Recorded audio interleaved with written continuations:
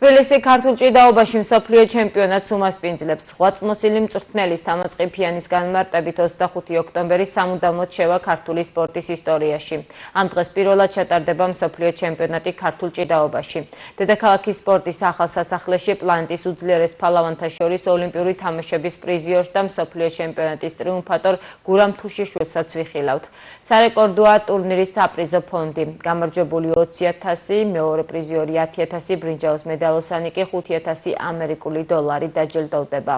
ჩვენი ეს ქართული ჭიდაობა ძალიან ლამაზი ჭიდაობა არის, ძალიან პოპულარულია საქართველოში, პირადად მეც ძალიან მომწონს, პირადად მეც ამ სახეობით დავიწყე ჭიდაობა.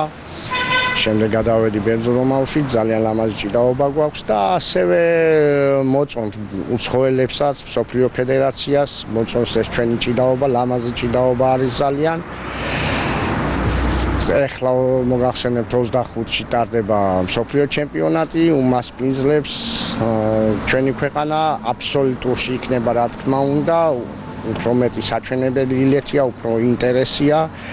კიდევ მოგახსენებთ ჩარშანი იყო ევროპის ჩემპიონატი საბერძნეთში, მოეწონათ ეს სახეობა საერთაშორისო ფედერაციის და ისეთი მოწონება დაიმსახურა ამ ჩვენმა ჭიდაობამ, რომ მსოფლიო ფედერაცია ყველა თანახმა არის, რომ მსოფლიო ჩემპიონატი ჩატარდეს